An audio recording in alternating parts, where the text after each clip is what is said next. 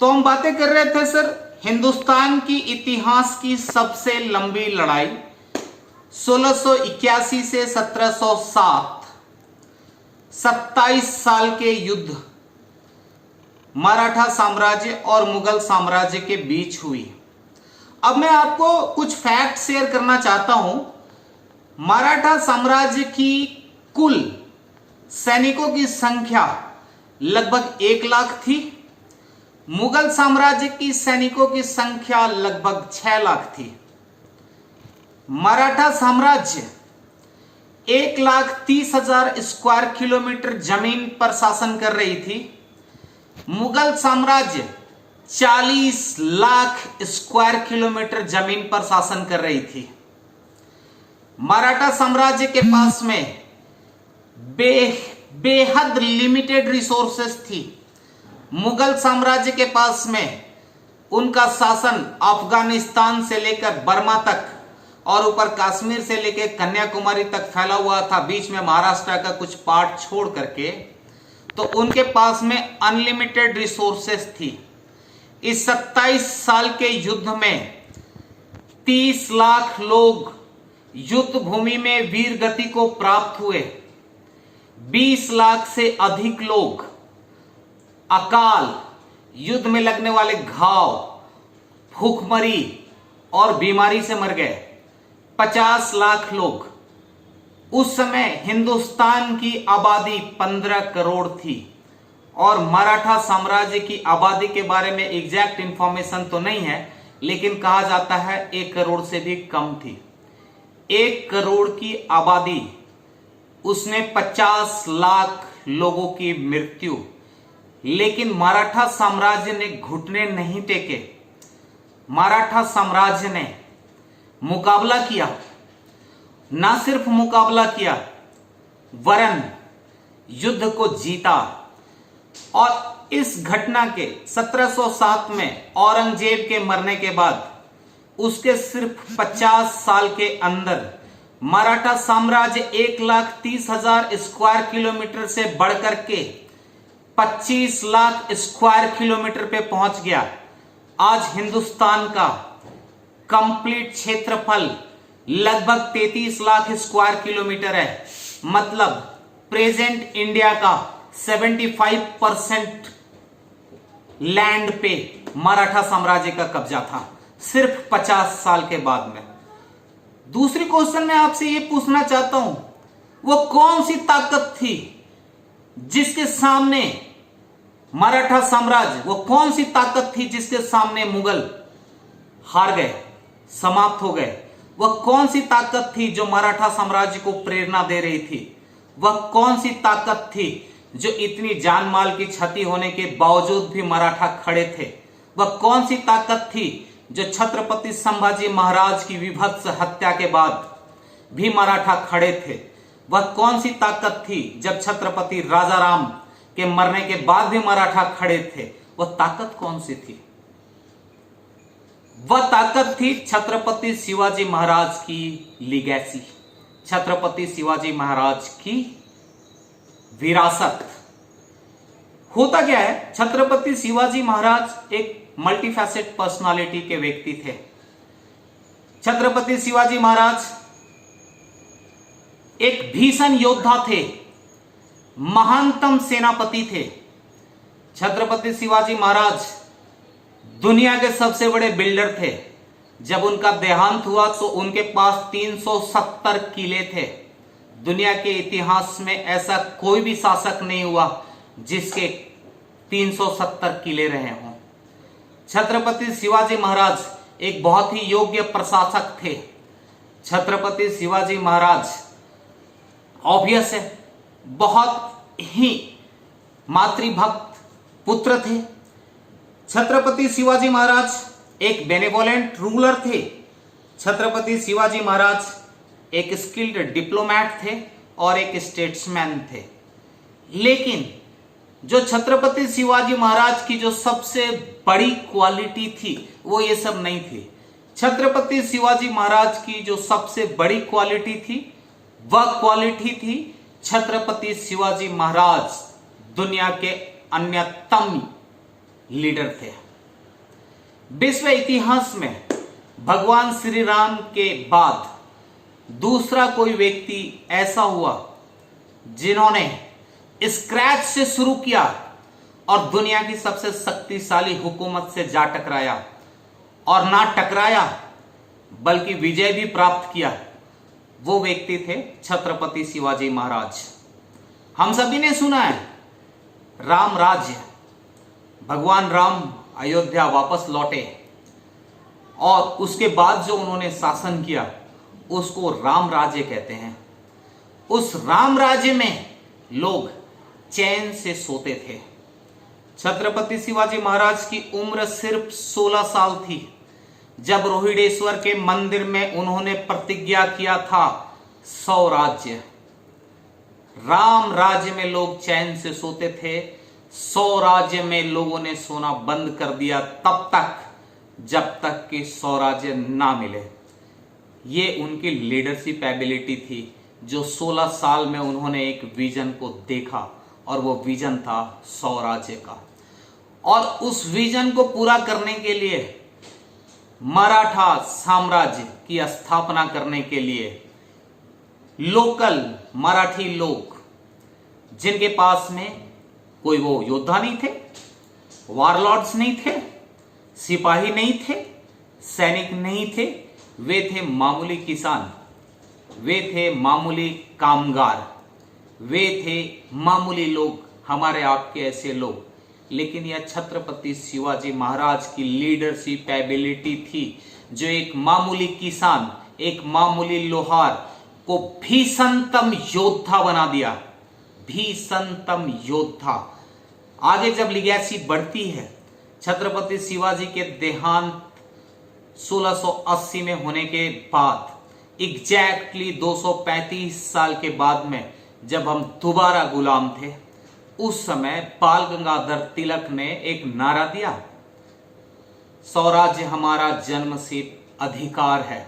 वो वही स्वराज्य की बात बाल गंगाधर तिलक भी कर रहे थे जिस स्वराज्य की बात छत्रपति शिवाजी ने किया। तो छत्रपति शिवाजी का एज ए लीडर मैं कुछ आपसे डिस्कस करूंगा।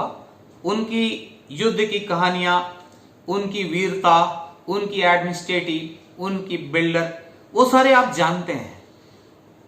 तो अगर आज की सिचुएशन में आप देखते हैं तो लीडरशिप आखिर है क्या? बहुत बड़े बड़े मैनेजमेंट गुरु, लीडरशिप गुरु वो फॉर्मूला बताते हैं। बहुत बड़े बड़े कोच, कंसल्टेंट, सब कोई आपको लीडरशिप के बारे में जानकारी देते हैं, लेकिन छत्रपति शिवाजी के माफिक दूसरा कोई लीडर प्रोड्यूस नहीं कर पाए हैं। अगर आप सिचुएशन देखेंगे तो भगवान श्री राम जब 14 वर्ष के लिए वनवास गए, माता सीता का अपहरण हो गया, उस समय श्री राम के पास में दो ही लोग थे, भगवान श्री राम और श्री लक्ष्मण। ये दो लोग थे, कोई रिसोर्सेस नहीं थी, और सामने दुनिया का सबसे शक्तिशाली साम्राज्य का मालिक रावण था। ना तो भगवान श्री राम को कोई कहीं से मदद मिलने की आशा थी, ना मिली। भगवान श्री राम ने जहां थे वहां से स्क्रैच से उन्होंने सेना बनाया, लंका पर हमला हुई, आगे का स्टोरी आपको पता है। उसी तरह से जब आप छत्रपति शिवाजी के बारे में जब मैं पढ़ता हूं, आप भी जानते होंगे कि छत्रपति शिवाजी जब पैदा हुए शिवनेरी के किले में, तो उनके पिताजी साजी राजे भोसले वो बेंगलोर में थे। छत्रपति शिवाजी जब अपने मां के पेट में थे, उसी समय छत्रपति शिवाजी के नाना जी लखू जी जादव और 3 मामा जी की विभत्स हत्या कर दी गई दौलताबाद के किले में। नमन है माता जी जीजाबाई का, जिन्होंने छत्रपति शिवाजी को लीडरशिप की क्वालिटी, लीडरशिप के लेसन्स बचपन से सिखाए। छत्रपति शिवाजी के जीवन में लीडरशिप की कुछ इंसिडेंट्स आती है, जो इंसिडेंट्स को आप सभी जानते होंगे। मैं जस्ट ब्रीफ करूंगा जैसे छत्रपति शिवाजी सिर्फ 12 साल के थे जब गांव के एक पाटिल ने गांव की एक स्त्री के साथ में दुष्कर्म किया था और छत्रपति शिवाजी ने सजा के तौर पे उसके दोनों आंख फोड़ के और दोनों हाथ पैर काट कर मंदिर के किनारे बिठा दिया गया था ताकि लोग समझ सके कि दुष्कर्म का सजा ये होता है। वो लीडरशिप क्वालिटी छत्रपति शिवाजी में सिर्फ 12 साल की उम्र से थी। सिर्फ 16 साल की उम्र में छत्रपति शिवाजी ने रोहिडेश्वर के मंदिर में अपने गिने चुने साथियों के साथ हिंदवी साम्राज्य की स्थापना की प्रतिज्ञा की। सिर्फ 16 साल।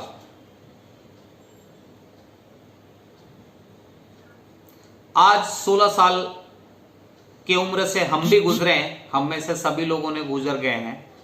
हमने सोचा भी नहीं था हिंदवी साम्राज्य या साम्राज्य क्या हो सकता है, स्वराज्य क्या हो सकता है। वो 16 साल की उम्र में उन्होंने स्थापना किया।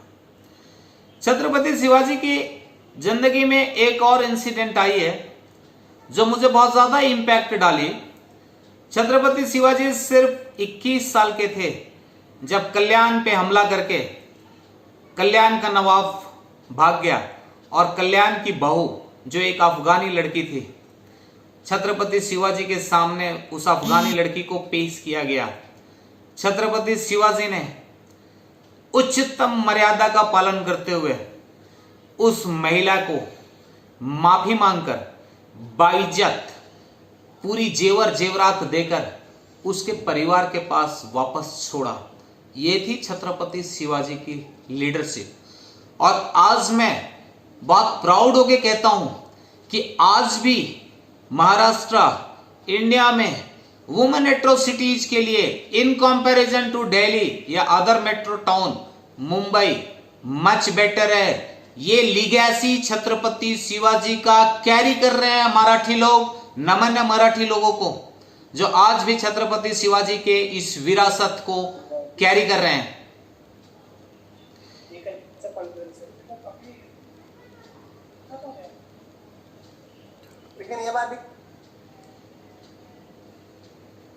हेलो, हाँ जी बोलिए। Thank you. छत्रपति शिवाजी महाराज की जिंदगी में जब आज हम जानते हैं कि 2500 साल पहले हिंदुस्तान में एक बहुत बड़े स्टेट्समैन हुए, वो थे चाणक्य। छत्रपति शिवाजी एक ऐसे व्यक्ति थे जिन्होंने चाणक्य को फॉलो किया। सिर्फ फॉलो नहीं किया बल्कि जिया। हम में से सभी लोग जानते हैं कि जब अफजल खान काफी मंदिरों को तोड़ते हुए, जिसमें छत्रपति महाराज के कुलदेवी की भी मंदिर को तोड़ते हुए जब महाराष्ट्र पहुंचा, उस समय में सारे इतिहासकारों ने यह लिखा है कि छत्रपति शिवाजी महाराज बहुत डर गए थे और वो संधि करना चाहते थे और छत्रपति उनसे मिलने गए। क्या हुआ आपको पता है? थोड़ी सी जानकारी मैं आपको शेयर करना चाहूंगा कि छत्रपति शिवाजी महाराज बहुत डर गए थे, ये सारे इतिहासकारों ने लिखा है। लेकिन अफजल खान कितना डर गया था इसके बारे में मैं आपको जानकारी देता हूं। जब छत्रपति शिवाजी से युद्ध के लिए अफजल खान बीजापुर से निकला तो अफजल खान की उस समय जो नंबर ऑफ वाइफ्स थी, बीबियां थी, वो 63 थी और अफजल खान को यह पूरा भरोसा था कि वो जिंदा नहीं लौटेगा। इसलिए अफजल खान ने सबसे पहले 63 पत्नियों की हत्या किया और उनके कब्र आज भी 60 कब्र के नाम से कर्नाटका में है। आप गूगल कर सकते हैं। एक तरफ हमारे इतिहासकार कहते हैं कि छत्रपति शिवाजी महाराज डरे हुए थे, दूसरे तरफ अफजल खान ने अपनी 63 बीवियों की हत्या कर दी क्योंकि उसे विश्वास था कि वो शिवाजी के हाथों मारा जाएगा। तो डरा हुआ कौन था ये आप सोच सकते हैं। तैयारी किसकी पूरी थी? विजय उन्हें ही मिला। छत्रपति शिवाजी महाराज ने चाणक्य का एक कोट को बहुत गहरे से अध्ययन किया था, और वो था शांति काल में आप जितना पसीना बहाओगे, युद्ध काल में आपका उतना कम खून बहेगा। शांति काल में आप जितना पसीना बहाओगे, युद्ध काल में उतना कम खून बहेगा। और छत्रपति शिवाजी ने उस समय ट्रेनिंग, जो नॉर्मल मराठा मावला जो किसान थे, जो शिकारी थे, उनको ट्रेनिंग की एक बहुत ही प्रॉपर तरीका, एडवांस तरीका को अपनाया। वो उनके विजन को दिखाता है। छत्रपति शिवाजी महाराज चोल राजाओं के बाद पहले ऐसे भारतीय शासक थे जिन्होंने नेवी की स्थापना की। उसके पहले नेवी सिर्फ चोल साम्राज्य के पास में था। तो अगर हम ऐसा कहें कि छत्रपति शिवाजी आधुनिक नेवी के, आधुनिक नौसेना के पिता थे। छत्रपति शिवाजी के लीडरशिप के बारे में एक और इंसिडेंट आती है जिसको पढ़ करके मैं दंग रह जाता हूं। वो था कि छत्रपति शिवाजी के बचपन के साथी और सर सेनापति, जिनका नाम था नेताजी पालकर, आप सभी ने नाम सुना होगा। नेताजी पालकर मुगलों के पकड़ में आ गए और मुगलों ने उन्हें जबरदस्ती मुस्लिम बना दिया। सरदार कुली खां, वो 10 साल एज एन मुस्लिम मुगलों की सेवा में रहे। छत्रपति शिवाजी महाराज के राज्याभिषेक के दिन वह किसी तरह से मुगलों से छूटकर रायगढ़ पहुंचे और छत्रपति शिवाजी से मिलकर निवेदन किया उन्हें वापस हिंदू धर्म में सम्मिलित करने के लिए। आप सोच सकते हैं, आज हम इतने रिजिड हैं, तो आज से 350 साल पहले हम कितने रिजिड होंगे, या कितने लोग इस चीज को विरोध कर रहे होंगे कि उन्हें वापस हिंदू धर्म में नहीं लाया जाए। लेकिन छत्रपति शिवाजी महाराज ने डिसीजन लिया और वैदिक रीति रिवाजों के द्वारा नेताजी पालकर उर्फ कुली खां को वापस हिंदू धर्म में सम्मिलित किया और एक सम्मानित पद दिया। छत्रपति शिवाजी महाराज ने उन्हें सम्मिलित तो कर दिया, लेकिन हमारा सोसाइटी उनको फिर भी एक्सेप्ट करने के लिए तैयार नहीं था। कोई भी कुलीन मराठा परिवार नेताजी पालकर के बेटे के साथ अपनी बेटी को शादी करने को तैयार नहीं था, क्योंकि वो मुस्लिम हो चुके थे। वापस हिंदू आ गए, ये आप सभी जानते होंगे। लेकिन जब कोई भी कुलीन मराठा नेताजी पालकर के बेटे के साथ अपनी बेटी की विवाह करने से मना कर दिया, उस समय छत्रपति शिवाजी ने अपनी बेटी की शादी नेताजी पालकर के बेटे के साथ में किया। This is called the leadership by example, उदाहरण के द्वारा लीडरशिप। दुनिया को आपकी ओपिनियन से कोई मतलब नहीं है। दुनिया आपकी ओपिनियन, आपके विचार से नहीं बदलती है। दुनिया बदलती है आपके एग्जाम्पल या उदाहरण से। तो छत्रपति शिवाजी महाराज ने आज से 350 साल पहले जो उदाहरण दिया, हम आज भी वो उदाहरण देने की स्थिति में नहीं है। ये थी छत्रपति शिवाजी की एक लीडरशिप स्टाइल, जिसको कहते हैं लीडरशिप बाय एग्जाम्पल। हम में से बहुत लोगों ने मूवी देखी तानाजी मालुसरे। आप में से काफी लोगों ने रायगढ़ सिंहगढ़ फोर्ट भी गया होगा, मैं भी गया हूं। वो जगह देखा होगा जहां पे तानाजी मालुसरे वीर गति को प्राप्त हुए हैं। ये स्टोरी हम सभी जानते हैं। लेकिन उसके आगे क्या हुआ, तानाजी मालुसरे अपने बेटे की शादी छोड़ करके सिंहगढ़ पे कब्जा करने के लिए गए थे, कोंडाना पे कब्जा करने के लिए गए थे। तानाजी मालुसरे ने अपना सर्वोच्च बलिदान दिया हिंदवी साम्राज्य के लिए। उसके बाद छत्रपति शिवाजी महाराज ने तानाजी मालुसरे के बेटे का विवाह अपनी देखरेख में करवाया और जब तक जिंदा रहे तब तक तानाजी मालुसरे का परिवार का देखरेख छत्रपति शिवाजी महाराज की पर्सनल रेस्पॉन्सिबिलिटी थी। मैं रांची से बिलोंग करता हूं। रांची का जो सबसे इंपॉर्टेंट चौराहा है उस चौराहे का नाम है परमवीर अल्बर्ट एक्का चौक। Paramvir Albert Ekka 1971 Bangladesh liberation war में अपना सर्वोच्च बलिदान किया और उन्हें भारत सरकार ने परमवीर चक्र से सम्मानित किया। यहां तक तो सुन के अच्छा लगा। 1998 मैं रांची में कॉलेज में पढ़ता था। परमवीर की पत्नी श्रीमती बेल मदीना एक्का एक झोपड़ी में रहती थी, फूस की झोपड़ी में, और आंधी तूफान में उनकी झोपड़ी गिर गई। वो एक कमरे का 10 बाय 10 का झोपड़ी था और उनके पास में कुल संपत्ति थी परमवीर अल्बर्ट एक्का का एक फोटो और परमवीर चक्र का पदक। लोकल अखबारों में छपा कि वो बीमार हैं और रांची के एक सरकारी अस्पताल में भर्ती हैं। मैं कॉलेज स्टूडेंट था, मेरे पास भी कोई बहुत ज्यादा रिसोर्सेस नहीं थे। मैं साइकिल उठाया और मैं उनसे मिलने के लिए पहुंचा।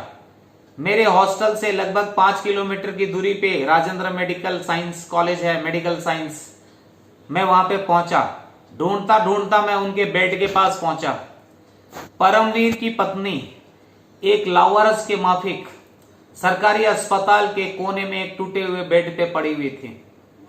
ये था हमारी लीडरशिप स्टाइल, जिन्होंने अपना पूरा जीवन सर्वोच्च बलिदान कर दिया। तो छत्रपति शिवाजी को फॉलो तो हम 350 साल के बाद भी नहीं कर पाए।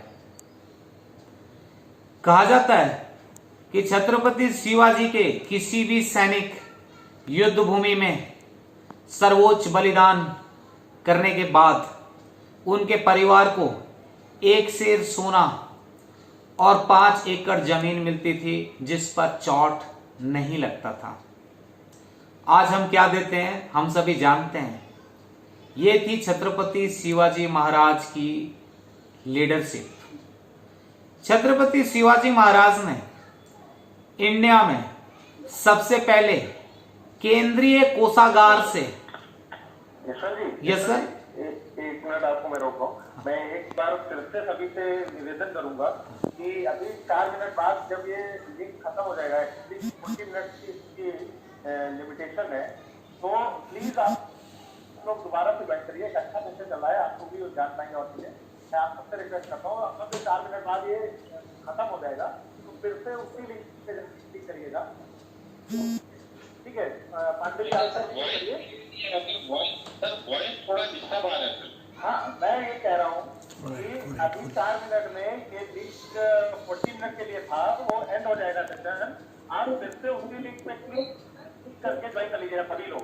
या सर अभी डिस्कनेक्ट करके रीस्टार्ट कर लिया जाए क्या? हाँ जी सर। पांडे जी आप थोड़ा सा अपना वॉइस को पोजीशन कीजिए। वॉइस बहुत ऐसा क्रैक होके आ रहा है वॉइस, तो आप दूर से बोल रहे हैं, ये बिना ईयरफोन बोल रहे हैं, थोड़ा सा बिना ईयरफोन हेडफोन नहीं है तुम्हारे पास? मेरे से बोलते मैं देता जाता है घर।